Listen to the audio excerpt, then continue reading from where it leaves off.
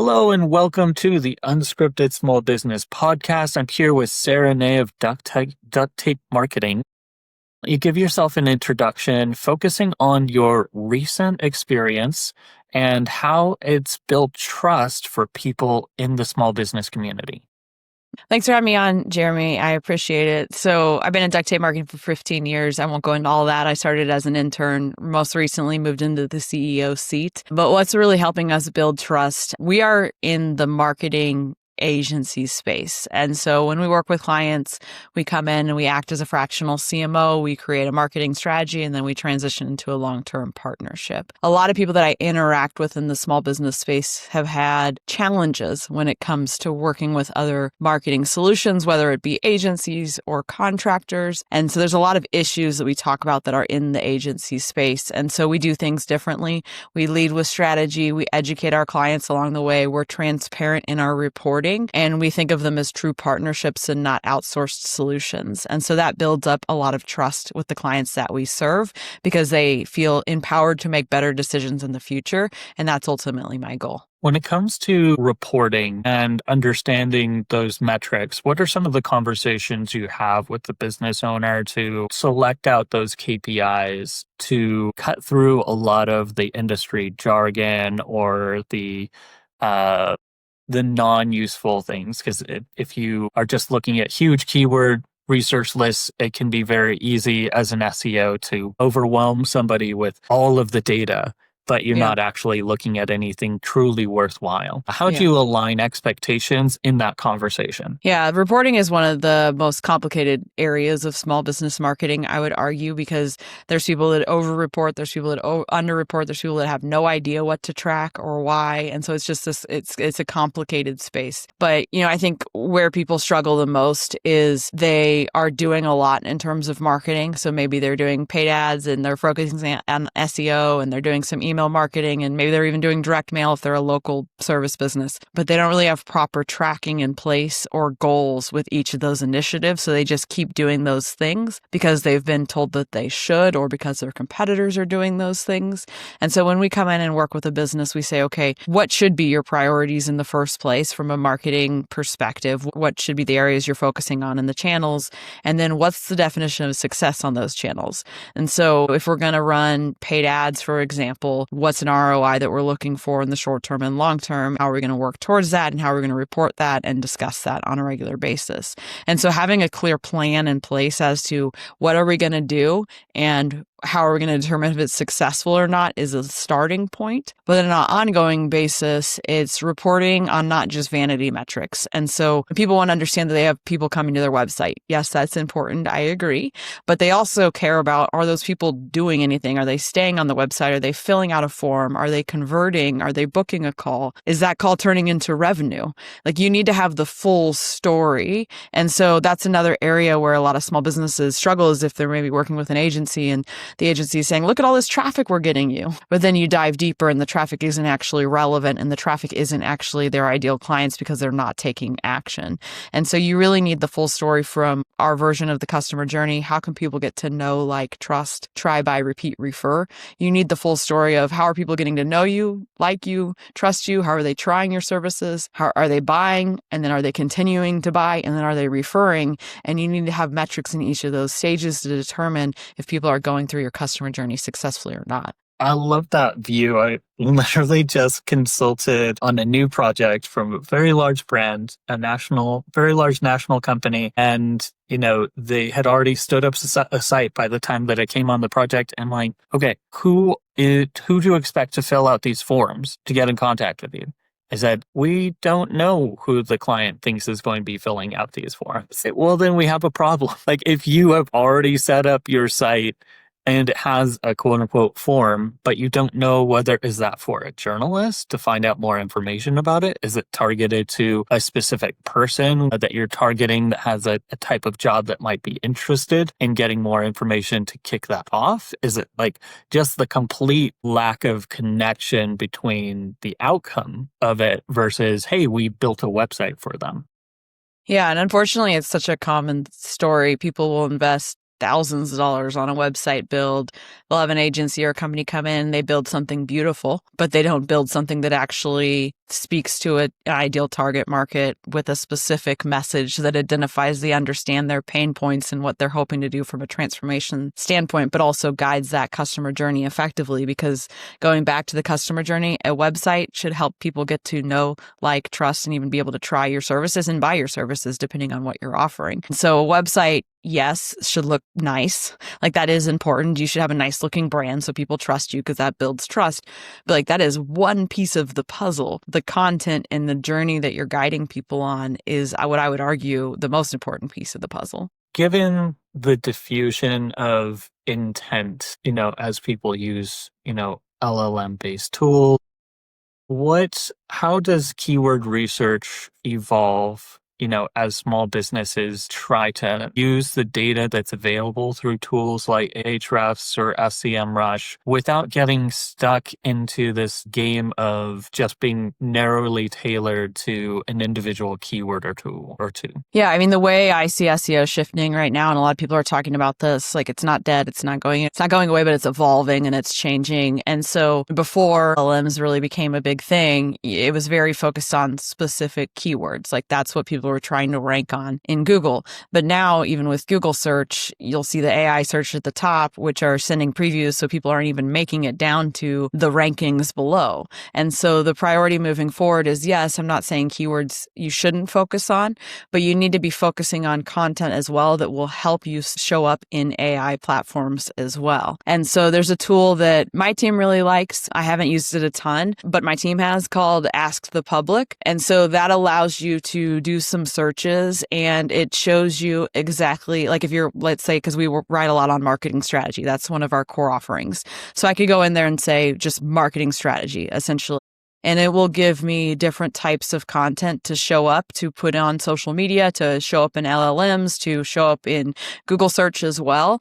And so, the one of the things that it's really focusing on is answering questions that people are out there searching for, because that's how search is really starting to evolve. Is before, if you're going to a Google search, a lot of times you're typing in some keywords or very to the point search queries. That's just what humans were doing within Google. Now within LLM, you're going there and you're asking questions. And so you need to start forming your content around what are the questions that people are actually asking, and not just what are the keywords that they're using. And so it's evolving quickly. It's changing and has been over the last couple of years, but there are great tools out there like Ask the Public that is really easy to use, really easy to understand, that you could then use in combination with like a SEMrush and then a ChatGPT or the platform of your choice to be able to craft content based on what people are actually out there searching for and where you want to show up online.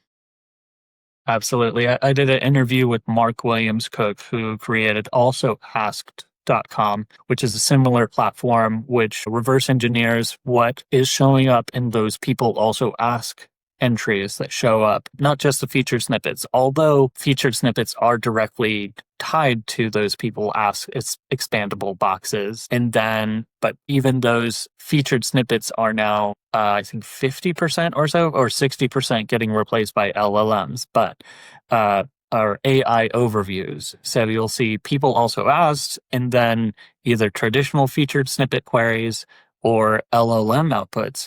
But I've had particular success. I did a campaign with a precast concrete wall company where we kind of did some analysis and asked, kind of dug in, what are, some of the common questions that people have about, firewalls for data centers and things like that, and came up with a list of questions that they weren't reflected anywhere on the site, but adding that into those product pages, those specific design pages for that niche ended up boosting, the number of queries that those individual pages showed up for an organic search. But also, we cross-referenced and pulled up in Perplexity and asked those questions, and we started to get cited because we had quotes from the founder. We did an interview to pull some subject matter expertise into the page. What's been your experience so far with the integration of using more distribution channels to show up in LLM tools versus just relying on your own site to be cited in these tools?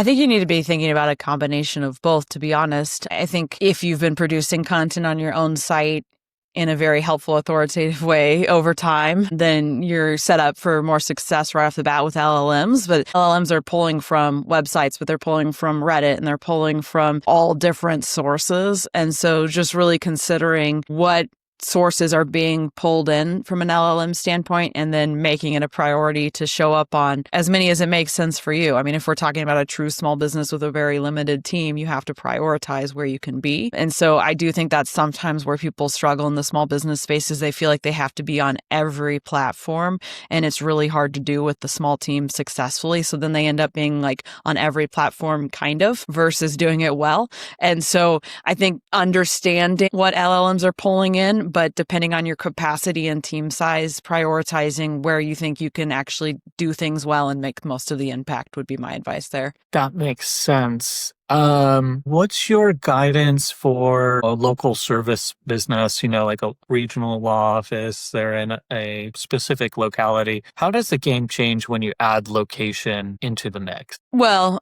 I mean, versus a national business is what you're asking me from an SEO standpoint specifically, or because I mean, Yeah. everyone needs a marketing strategy. Like that's what we do specifically for the businesses that we work with. But what we're recommending for a local service-based business is very different than what we would recommend for like a thought leader or an author that's national and targeted B2B businesses. And so it's just your industry dictates what matters and what doesn't matter. And so for our local service-based businesses, like we go all in on, local keywords and things like building out their Google business profile and optimizing that and like consistently posting and getting as many reviews as we can, because all of that stuff is really important for a local business versus a national B2B brand. We're doing more like webinars and podcast interviews and backlinks back to their website. And so it just really depends on what the business is, their location, but also what are they trying to accomplish as well. So everyone needs a marketing strategy. What you recommend after that is customized based on a number of factors, location being one. When it comes to building bottom of funnel content for local service providers, what's your advice and guidance to draw out the value that needs to be at that bottom of the funnel now, that comparative information? How do you go about getting that out of your conversations with your clients? Yeah. So maybe giving you a little more context of what we do would help because Sure. So when we come in and work with clients, we always start with an initial engagement, 30 to 45 days, where we're creating an overall marketing strategy. So we're doing things like online presence review, competitive research. We're interviewing some of their best clients. We're interviewing their leadership team. We're developing ideal client profiles and messaging for them. After that, after we know who we're targeting with what message, because that's what a lot of people skip over too fast, we then map out the customer journey. We map out content strategy. We identify what are their 4 to 6 biggest growth priorities over the next quarter, and we put that all into an execution calendar. So when we're going through all of that process, we're developing a comprehensive plan for all of their content strategy moving forward, but we're always going back to our view of the customer journey. So we're saying top of funnel, that to us is know, like, trust. Middle of the funnel is try and buy. Bottom of the funnel is repeat and refer. And so when we're working with them, we're mapping out what do they have already from a content perspective, where are their gaps, and where do we need to build it out further. And so it really is specific to the business and their specific needs. And then we go into execution mode from there. Does that help give you a little bit more context on how we approach something like that?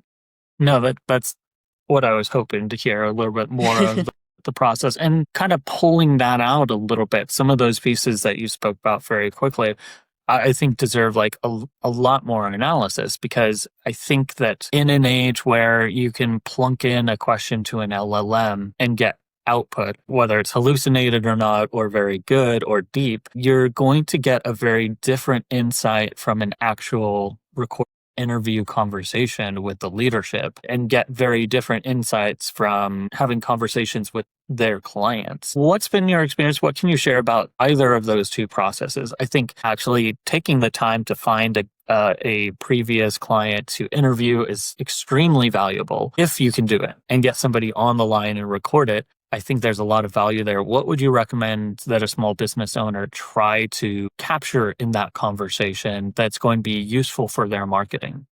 Yeah, absolutely. So we've been mapping out marketing strategy for about 30 years.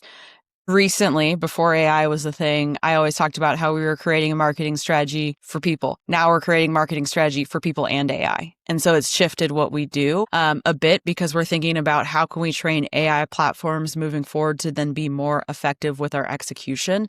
And so to your point, that's where a lot of people miss with trying to create content on something like a ChatGPT is they go to it and they start producing generic stuff because they haven't taken the time to train it properly. And so when I talked about going through our whole strategy first process, we're gathering information, we're gathering documents to then train AI to then say, okay, now that you know everything you want to know about this business for the most part, now we can start thinking about how we're going to use this platform to execute for us. So I think it's a really important piece. Why we get leadership interviews, for example, is because we're trying to get their story and how do they talk about things and how they approach the industry and how they think they're different and why they're in the business and where do they want to do moving forward and what's important to them. You need to know all of that stuff so then you can use something like a ChatGPT to be able to effectively create content in their tone of voice with their passion and their stories mixed in. Because if you skip that step, you're creating content that anyone else could be creating. And that's what people are getting tired of already. And so that's why we do the leadership stories. But then the ideal client interviews is really important as well. The reason why we've been doing those for years and years is because you're trying to get persona information, ideal client information, and you're trying to get messaging information from those interviews. And so you're trying to learn about them as humans. What were they struggling with before they signed up for your services? What kind of research did they do? How do they make their buying decision to move forward? After they joined, what happened? What success have they received in working with you? Why do they stay with you? How do they refer you to others? Like you're trying to learn about them and the transformation and the journey they went on so you can attract more people like them moving forward. But you also need to learn what messaging resonates with them. So when you understand what people's pain points are and what they're struggling with and what keeps them up at night, but you also understand what success would look like and what it would feel like after they achieve that, you can then start crafting content that talks about where they're at and where you can take them and why you're the best solution moving forward. And so those interviews are really important to help you deeply understand the people that you serve and what message resonates. And then you can say, okay, what are we going to do from a marketing perspective? But when people skip over those two components, that's where they waste time, energy, money on marketing in the long run. Great. I think that's fantastic. How does that research process change? Some SMBs that you work with might be local service providers, but some might be providing their goods or services directly through e-commerce. In what way does somebody who's, local, they're installing handrails as a service business, but if they're actually just selling those stair handrails via e-commerce online, how does that change the game for them? What should be the shift in focus, or is there a shift in focus? What extra steps might be needed to succeed at an e-commerce view or type business versus a service business? Yeah. So everyone still goes through, I would say, the first half of strategy the same. So everyone needs to do an online audit, competitive research, interviews, ideal client personas, core messaging. Like that all is consistent. Everyone also, we map out the whole customer journey for them as well. But where things start to vary depending on the company and the industry is when we map out the customer journey, like what we would recommend for an e-commerce business versus a local service business is going to be different even from the first stage of how can people get to know both of those businesses. And so everyone goes through the customer journey mapping because you need to map out your customer journey. But what you're recommending in each of the stages is where things start to get different depending on, based on the specific business that you're working on in the industry they're in. And then also content strategy will be different for an e-com versus a local service-based business. And then the growth priorities, those are the 4 to 6 biggest things you're going to recommend for the next quarter. Those are also very different. And then the execution calendar puts it all together. So everyone, I believe, should go through the same stages for strategy. But when you're actually planning out the what are you going to do, that's where it varies depending on the industry and size and so many different factors. When you're moving from your first year to your second year with your clients, what does that ongoing journey look like versus, hey, we've got all of these low-hanging fruit to knock out. We've got these urgent things. What does it look like when a CEO campaign or marketing campaign starts to mature? Yeah, we have something we call the customer success track. Our founder, John Jantz, wrote a book on the topic, The Ultimate Marketing Engine. It includes a lot more than just this, but it's one of the main focuses in the book. And the idea is that maturity evolves with marketing over time. And so you can't just keep doing the same exact things forever. You need to lay the foundation, and then you need to help the business stabilize and then scale and work through different levels of maturity. And so how we accomplish that with our clients is we do a full strategy first engagement on the front end, which is 30 to 45 days. But then on a we're looking at the metrics on a daily, weekly, monthly basis. We're reporting to the clients on a monthly basis, but on a quarterly basis, we're then doing a deep dive into the metrics. Like, what all did we accomplish? What are the results we gotten? Did we hit our goals that we set? Okay, based on all of this information, what are we going to do in the next 3 months to help marketing continue to grow and evolve? And so then we identify what are the next 4 to 6 growth priorities along with all of the reoccurring marketing tasks. And we do that on a quarterly basis. And so I believe you can't really plan for marketing further than 3 months at this time because it is changing and shifting and evolving so much.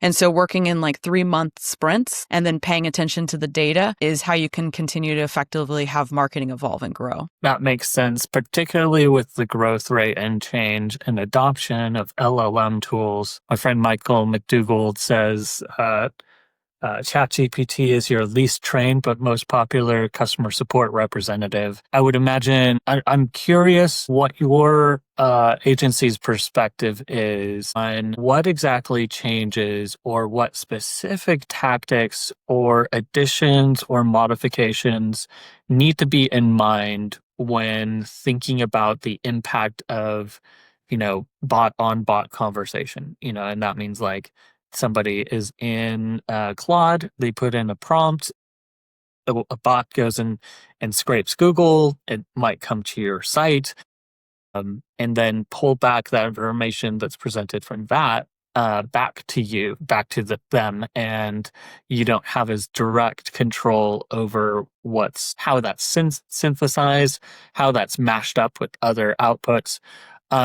So what is the practical from your side, from an agency perspective, on what needs to be done to keep those tools in mind when you're crafting a campaign? Yeah, I mean, I think it just comes down to what we talked about previously in this conversation is just crafting your content in a format that LLMs are favoring and showing up consistently and adding value and being your authentic self. So I think that whenever we're crafting any sort of campaign or any sort of content for our clients, we're using different tools that are available for us to understand what keywords we're focusing on, but how are we structuring the content using things like FAQs and the summary on the beginning of it and all of those things to be able to be pulled into LLMs effectively. So I think that, gone are the days where you can just publish content and hope it shows up. You have to be very focused on what you're putting in the content, but also how you're structuring it. But at this point, I think the best thing you can do is just keep learning and keep reading and keep understanding because, what's working today from an SEO standpoint, maybe if we have this interview in 3 months, we would be saying completely different things. And so just staying up to speed as much as you can, being curious, being a natural learner, and hoping you can continue to evolve is the best thing you can do right now. Do you think that Google is changing how it works with authority in terms of backlink strategy, or if we're just going to keep seeing the same reality of, hey, backlinks still work in this particular way? Because you do have like the combined ecosystem right now of what shows up in Gemini and Google AI overviews digesting content. And then you have, the ecosystem of regular organic results. You have the organic output of maps, images, and videos. The concept of authority building really changed right now, or is it just more of what's always been true? I think it's hard to know right now. I think that backlinks are still important. I think authority building is still important. Like, for example, with me being on a podcast as a guest, maybe the link is a little bit less important these days, but I'm still getting exposure to other audiences by doing these things. And so I think it's still important to focus on authority building in that way. I do think things are shifting a little bit with backlinks, but time will tell. There's just so much that's shifting and evolving right now that I would say don't stop doing what you're doing, but just pay attention to, are you still getting the results you were previously?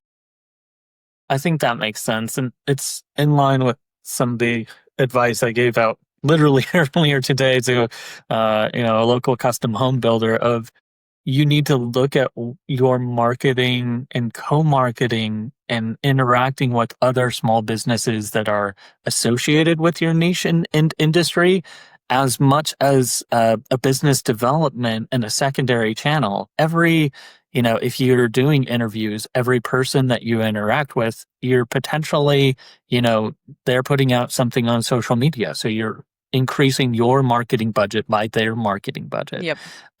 So don't just think in terms of, I think there is an unfortunate side effect from that, 2010 to 2020 mindset of I need backlinks, of forgetting about the business aspect of the websites that you're interacting with and the huge potential for accessing somebody else's email list. One of my friends, Greg Deneo, he developed a whole service that they just take your email list and reach out to other similar businesses in the niche and say, hey, would you like to trade sends, to our email list? And there's fantastic results of like, hey, I was sitting on this resource and now I've multiplied it by 1,000 times by contacting 10 similar but different businesses that have similar lists.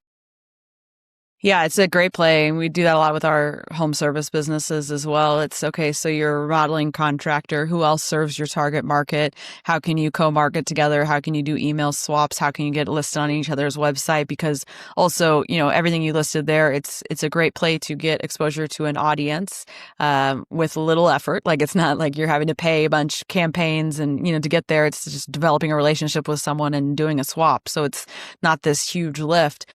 But on top of that, too, it allows you to provide more value to your audience as well, as long as you're bringing in good solutions. Because if you're bringing in people that you really would refer to and send traffic to, then you'll be able to say, hey, I'm a remodeler, but also we have all these other great connections. And so we always have talked about over the years of impacting the entire ecosystem of the clients you serve. And so it's like you solve your problem, but then you can help them solve other problems through relationships you've built. You're able to just provide so much more value to the people you serve, and you become a lot stickier over time as well. Love that. Give a shout out to where people can find you online, if there's any particular resources you've been developing for SMBs or SMB owners that they can find on Duct Tape Marketing. Of course. So ducttapemarketing.com is our website. And then I wrote a book this year called Unchained, Breaking Free from Broken Marketing Models. And so that website is just unchainedmodel.com. Awesome. I'll make sure that gets linked in the show notes. Thanks so much for your insights. Of course. Thanks for having me on, Jeremy.